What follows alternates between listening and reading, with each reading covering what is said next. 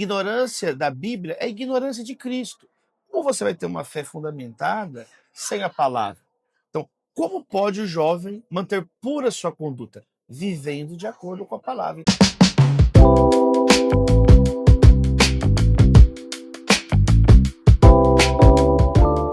Salve, salve, galera Connected. Meu nome é Vidal, faço parte do Ministério Aliança há 3 anos e hoje temos o prazer de fazer mais um Talks. Estou aqui com a minha amiga que vai se apresentar agora.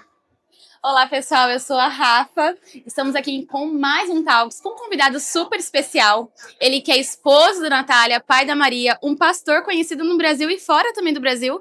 E é um prazer recebê-lo novamente aqui na nossa igreja, pastor Davi Lago. Gente, que alegria estar com vocês, Vidal, Rafa. Obrigado pelo convite, pela acolhida. E vamos para o nosso papo. Bora. Hoje está sendo um final de semana muito corrido, hoje está sendo um dia muito especial porque vai ser o último dia de conferência e a gente está vendo algo sobrenatural aqui. E eu queria fazer uma pergunta para você, porque a gente viu recentemente um post que você fez, seu primeiro esboço, sua primeira pregação, e você está nesse meio há muito tempo, você está proclamando o evangelho há muito tempo. E especificamente porque a gente está numa conferência, você já participou de milhares, eu queria saber de você, como você se renova para não cair numa fé automática? Como você, para cada conferência, você não tratar como mais uma, e sim com mais uma oportunidade de fazer algo diferente? Sim, isso é muito importante sua pergunta, Vidal. Nós não podemos cair no comodismo e nem no conformismo. Conformismo está lá em Romanos 12, fala assim, não se conformem, né, com o mundo. Quer dizer, a gente ficar uma pessoa que não tem diferença nenhuma. Jesus falou do sal sem sabor, né? Quer dizer, não tem diferença nenhuma com o mundo. Mas algumas pessoas pensam que não se conformar com o mundo basta estar num ambiente como esse, estar num ambiente de um culto, de uma conferência. Mas não é apenas isso, não é apenas estar em um espaço diferente ou em um evento diferente. Porque Apocalipse fala da pessoa que é morna. Olha, você não é nem quente nem frio, então eu estou a ponto de vomitar você. Eu estou a ponto de expelir você. Então não só não podemos ser conformistas com o mundo, não podemos ser acomodados estando envolvido na igreja. Não é porque você, então, simplesmente muda de espaço se você não tem uma transformação verdadeira. Então, conversão é a transformação do viajante. É o viajante ser transformado por Jesus. Tem pessoas que às vezes começam a ser religiosas, mas permanecem a mesma coisa, sem um contato com Deus. E aí tem uma outra palavra também, é nominalismo, né? É um crente nominal, se torna um crente nominal. Esse é um risco para todos nós. Hoje na palavra, no nosso estudo bíblico de hoje, a gente vai estudar 1 João, capítulo 1, que fala sobre isso. Esse é um dos nossos fundamentos. Nós não sermos, então, pessoas que mentem para os outros, vivendo hipocritamente, começa a acreditar na própria mentira, João fala, e depois faz de Deus o mentiroso. Quer dizer, Deus é que está mentindo e eu é que sou a verdade. Olha só, é a apostasia. Sim. E aí qual que é o caminho que eu aprendi na palavra? É você ter sempre comunhão com Deus e comunhão com o próximo. Porque se estivermos na luz, como Ele está na luz, temos comunhão com Deus, o sangue de Jesus nos purifica, temos comunhão com o próximo. Eu aprendi isso. A pessoa, se ela não tem comunhão com Deus e com o próximo, se ela não ama a Deus e ama o próximo, ela vai se tornar um crente nominal ou vai ficar conformada de novo. Então realmente esse é um grande desafio. Eu tive essa alegria, e fecho essa primeira resposta dizendo isso, de completar, nessa semana que vim para cá, eu estou tão feliz de estar aqui, né, pastor Éder, estar com vocês. A primeira vez foi em 2012, tem um tempinho, hein? Tem um tempinho. E aí, mais 25 anos da minha primeira pregação, que foi, assim, pregação no culto, num culto de domingo, na igreja, um culto formal. Eu já falava desde muito novinho, né, em reunião caseira, com os adolescentes, na própria escola. Tinha um evangelismo. Ali nos bastidores tem o Vini, meu amigo querido. A gente tinha um evangelismo em Belo Horizonte todo domingo. A nossa igreja fazia na Lagoa do Nado ou na Praça 7, na Feira Hippie, lá em Belo Horizonte, na Avenida Afonso Pena. Então sempre tinha esse evangelismo de domingo. E eu era criança, adolescente, eu ia com 12, 13, 14 anos, e lá eu pregava na praça, a gente evangelizava. Mas aí, com 15 anos, eu recebi esse convite do pastor Mário Arcanjo, que coordenava essa atividade. Ele falou, olha, você deveria pregar no culto da igreja também. Aí o pastor Jorge Linhares, o pessoal da Igreja Batista de Cinema, ele me convidou. E meu pai me falou uma coisa muito importante aquele dia. Ele falou assim, ó, filho, a vida cristã, o ministério, ele só termina quando Jesus volta, né?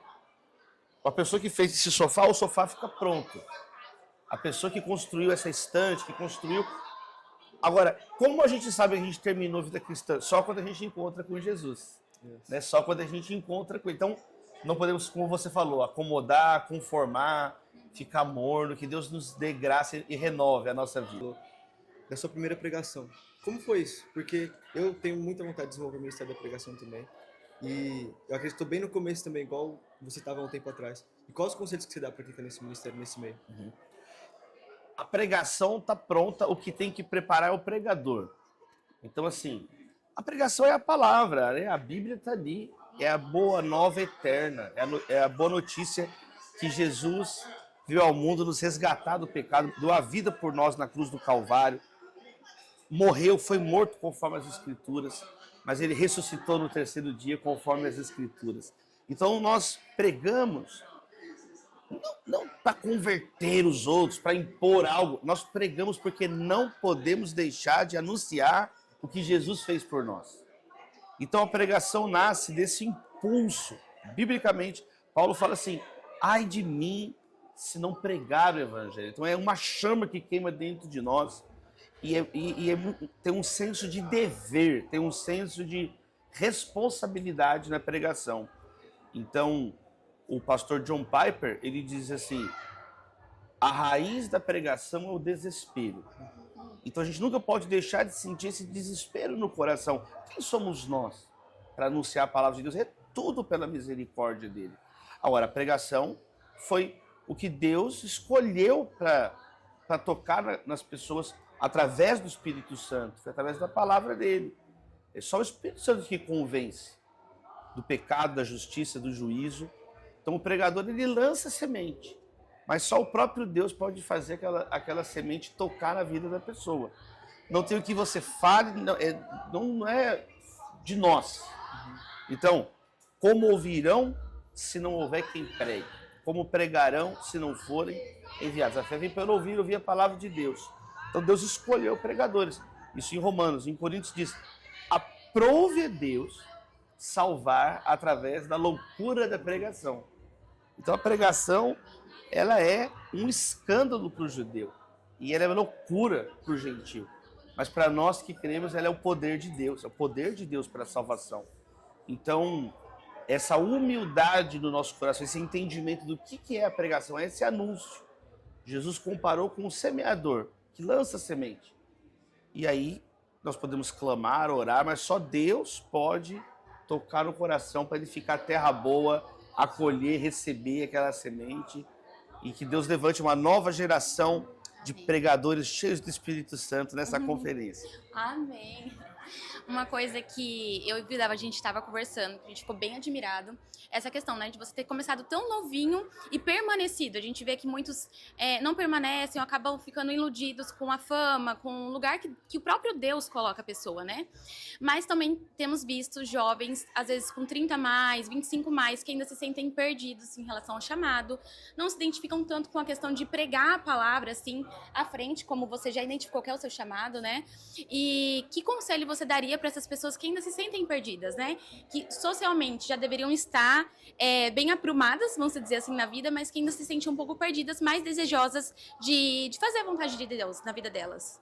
Acho que o primeiro ponto muito importante que você falou, Rafa, é a pessoa entender o seguinte: cada um de nós tem um chamado, cada um de nós tem uma história, cada um de nós tem um tempo, mas cada um de nós tem um dom espiritual.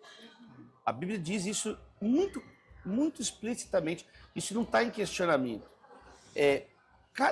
Cada cristão recebe ao menos um dom espiritual para a edificação do corpo de Cristo, da igreja. Então, quando você é regenerado pelo Espírito Santo, a Bíblia diz que aprove ao Senhor derramar dons. É o prazer de Deus derramar dons Só que ele não coloca todos os dons em uma pessoa só. Ele coloca um ou mais dons, mas pelo menos um, em cada um de nós. Então nós nos completamos. Nós precisamos do dom um do outro. E assim a igreja se fortalece na multiforme graça de Deus. Então, esse é o primeiro ponto, o chamado dom de cada um. Então, por exemplo, o rei Davi foi escolhido por Deus, foi chamado por Deus, é bem didático, né? E aí, Jessé, o próprio pai dele, quando Samuel chegou, falando que, né, ia ungir o rei de Israel, mas deve ser Eliabe, não, deve ser o outro. Passaram todos os filhos que estavam ali na casa e não era nenhum deles. Aí, mas tem Davi que está lá no campo. Aí Samuel falou, então vamos esperar ele chegar. Aí todo mundo sentado na mesa, a cadeira de Davi ali esperando, e diz assim, no primeiro livro de Samuel, ninguém tocou na comida, ninguém toca na comida, enquanto Davi não chegar. Olha que imagem interessante, né? O seu lugar no reino de Deus é preparado pelo próprio Deus, e ninguém pode tocar em nada, ninguém pode pegar o seu lugar, ninguém pode roubar o seu dom. Olha que interessante. Deus é que...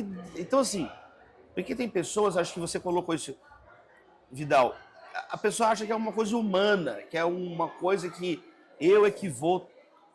É Deus é que derrama. Cabe a nós multiplicar o nosso talento, usando agora outro texto bíblico. Então, Deus deu Jesus ele fala que deu o Senhor um talento para um, 2 para o outro, 5 para o outro.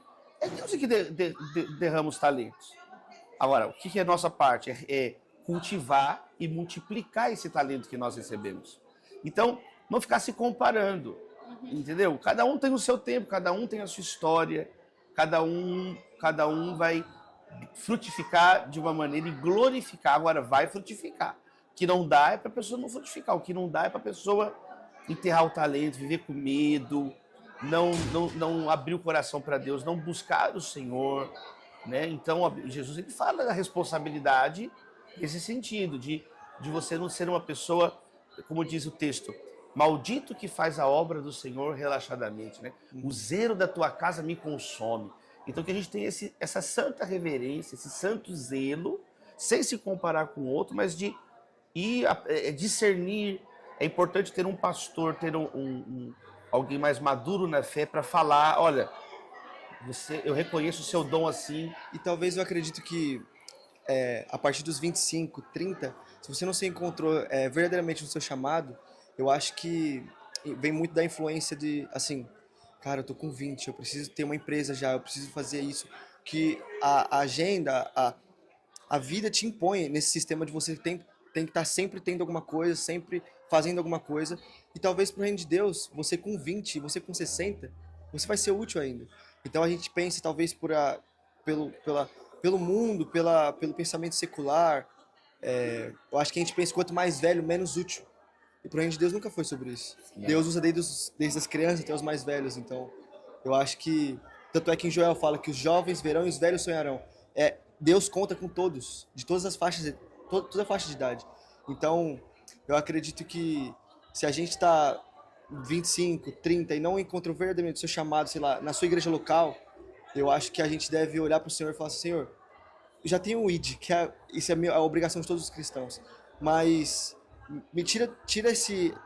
Assim, eu sinto que é uma oração que eles devem fazer, de tirar do nosso coração essa pressa, essa ansiedade por coisas e assim... Por resultados. A gente confunde resultados com frutos. E nem todo Muito resultado é um fruto, né? E fica nessa ânsia de gerar algo, mas não do Senhor gerar algo em nós, né? Eu acredito assim. É a diferença de ser bem-sucedido e bem-aventurado. Uau! É diferente. Porque, claro que todos nós vamos lutar para sermos bem-sucedidos, não tem problema nenhum nisso. Mas ser bem-sucedido não é o critério bíblico para nada, porque nós vivemos num mundo caído. Então, nem sempre o veloz vence a corrida, nem sempre o sábio tem o que comer. Se você olhar pelo ponto de vista de ser bem-sucedido, olhar para Jesus na cruz, você vai falar que ele foi um fracasso. Os apóstolos que foram martirizados, morreram torturados, Tiago morreu ao fio da espada, Estevão morreu apedrejado. Então, nem sempre... Claro, nós vamos lutar, orar para ser bem-sucedido, mas ser bem-aventurado é muito maior do que ser simplesmente bem-sucedido. Bem-aventurado é o que chora, bem-aventurado é o perseguido por causa da justiça. E nós somos chamados para sermos bem-aventurados, que é algo muito maior. Bem-sucedido nós vamos lutar. Sim. Não depende só de nós. Mas bem-aventurados, aí é para todo cristão, todo homem de Deus, toda mulher de Deus. Mas muito bom. A Bíblia fala tanto para o jovem não desperdiçar sua juventude. Lembra do teu Criador na sua mocidade. Paulo fala para Timóteo, ninguém despreze por você ser jovem. E como fala também dos mais velhos, fala nos Salmos que os justos florescerão como uma palmeira.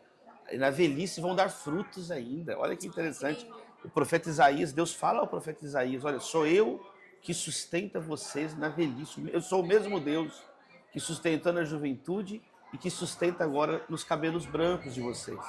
Na história da igreja, nós temos pessoas muito jovens que começaram a ministrar a palavra e pessoas mais velhas. Na Bíblia tem a profetisa Ana, né, com mais de 80 anos, estava lá jejuando, orando, uma mulher de Deus.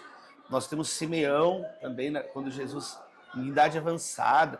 Moisés, com 80 anos, foi chamado para levar o povo do Egito à Terra Prometida, né, no Êxodo.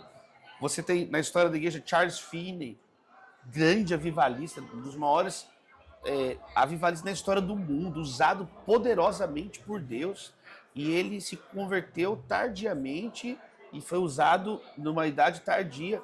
Aqui na Inglaterra, John Wesley, até os seus últimos dias, em idade avançada, mais de 80 anos, enviando carta para o William Wilberforce, orientando William Wilberforce na luta contra a escravidão no parlamento britânico. Então, olha só, ele do leito da cama dele, cheio de vida, cheio de força, orando, clamando, discipulando. Então, a gente tem que ter essa perspectiva. É também muito importante isso. Não ser precipitado. Hoje tem um jovem muito apavorado. Tudo que é precioso na vida leva tempo. Jesus não foi criança para a cruz. Foram 3 décadas de anonimato. Cerca de 30 anos ele foi batizado por João Batista. Então, 3 décadas de anonimato para 3 anos de ministério, cerca de 3 anos de ministério, para salvar o mundo em 3 dias. Né? Ele morreu e ressuscitou no 3º dia. Então, assim, percebe? Da manjedoura à cruz teve um caminho. Ele não foi sacrificado bebezinho, ele viveu, ele amadureceu. Então, foi tentado em todo tipo de tentação e viveu em santidade. E viveu a vida justa que nós não conseguimos viver por todos nós. Então, a gente entender isso, não ser precipitado, entender que tudo tem o tempo de Deus. E não deixar nada subir a cabeça. Eu fecho essa frase aqui. A popularidade tem matado mais profetas que a perseguição. Uau! É uma frase forte de um líder cristão do passado. Eu não me recordo o nome dele agora, mas ele repetia isso. Quer dizer, a gente é perseguido, bem-aventurados perseguidos. Agora, o problema é quando a pessoa tem a famosa síndrome de Lúcifer, a pessoa tem uma atitude luciferiana, ela quer, ou Diótrefes, na 3ª carta de João, é o cara que queria ser o mais importante da igreja, que amava ter a preeminência na congregação. Então, que Deus nos livre disso. A gente Amém. tem que servir. O maior é o que serve. Os últimos serão os primeiros. Quando sou fraco, é que sou forte. Todo aquele que se exalta será humilhado, mas todo aquele que se humilha será exaltado. Então, no reino de Deus é diferente. Pastor, que papo incrível. Eu queria caminhar para a última pergunta. Eu queria saber para você, quem está na conferência, cujo tema é Fundamentos, e eu queria saber você qual é o fundamento da fé que te marcou, o fundamento bíblico que você carrega até hoje, desde a sua conversão e da sua juventude. O que te volta para o lugar correto? Sem dúvida nenhuma, são as disciplinas espirituais, né? Pedro, ele fala assim, lá em Atos, olha, nós vamos nos dedicar à palavra e à oração. Então, sem a palavra, sem a leitura da palavra, que é a nossa base, é o fundamento da nossa fé, né? De uma vez por todas entregue aos santos, como diz a carta, a epístola de Judas, né?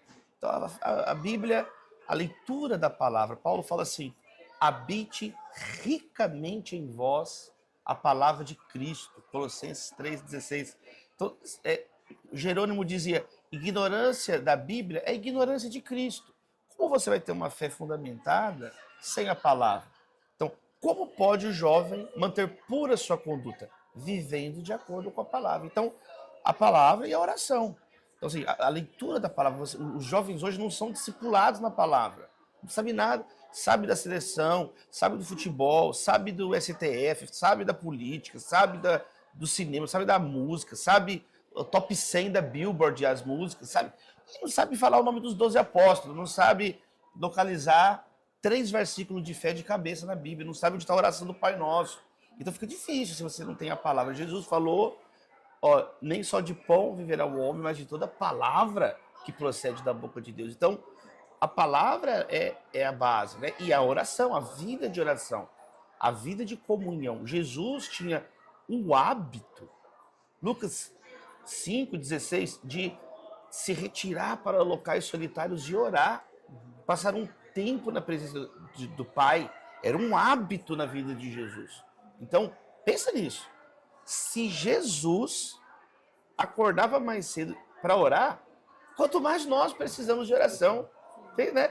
E você vê Jesus em alguns momentos, tem ali até a oração dele. Se possível, afasta de mim esse cálice. Mas não seja feita a minha vontade, mas a tua vontade. Então, um momento de luta com Deus na oração, de clamor diante de Deus, de súplica, de adoração, de intercessão. Jesus, Pedro, eu orei por você, eu intercedi por você. Jesus está agora intercedendo por nós, né? Ele intercede por nós diante do Pai, é o ministério de Jesus agora. Então nós temos que aprender a orar, a clamar, e sem dúvida nenhuma, são as disciplinas que formaram a minha vida, né? Desde pequeno, eu não sei o que é um dia sem ler a palavra, sem orar. A minha mãe toda noite ia lá, eu no quarto, meu irmão Lucas, ela lia uma história da Bíblia, orava com a gente, e algo agora eu levo para minha filha. Então assim, toda noite, ou eu ou minha esposa está lá, vai lá, a gente abraça a Maria, dá um beijo nela, faz uma oração, lê a palavra. Então é viver a nossa vida. Aquele que faz a vontade de Deus permanece para sempre. A gente pega uma palavra, uma carona na palavra de Deus, né? Tudo vai passar, mas a gente pega uma carona na palavra e vai junto. Vai junto. Rafa. Pastor, muito obrigada pelo tempo aqui conosco. Realmente foi bem enriquecedor. Incrível. Eu estava, confesso, ansiosa por essa conversa, assim, de poder tirar essas dúvidas, de conhecer um pouco mais o Senhor. Já sabe que é bem-vindo não só na nossa igreja, mas mais uma vez no nosso talk. Da próxima vez que você vier para cá. Espero que não demore tantos anos, né? Por favor. 13 anos foi muito tempo, 14 anos quase. Olha aí, vamos voltar em breve, se Deus quiser. E é isso, para você que nos acompanhou até agora, muito obrigada. Em breve nós postaremos mais vídeos, mas por enquanto você também pode nos acompanhar no Instagram do Connected. E é isso, né, Vidal? Mais algum recado? É isso aí, siga a gente em todas as redes sociais. A gente está na conferência agora, a gente está com uma coleção de camiseta nova. Vai no Instagram, digita Connected Store e você vai ter acesso a essas camisetas. Se acabarem as camisetas no dia que esse vídeo sair, a gente está aceitando encomenda. Então vai lá e faça seu pedido. Pastor, muito obrigado. Obrigado. Obrigado por tudo. Uma honra estar com vocês. Deus abençoe. Gente, obrigado.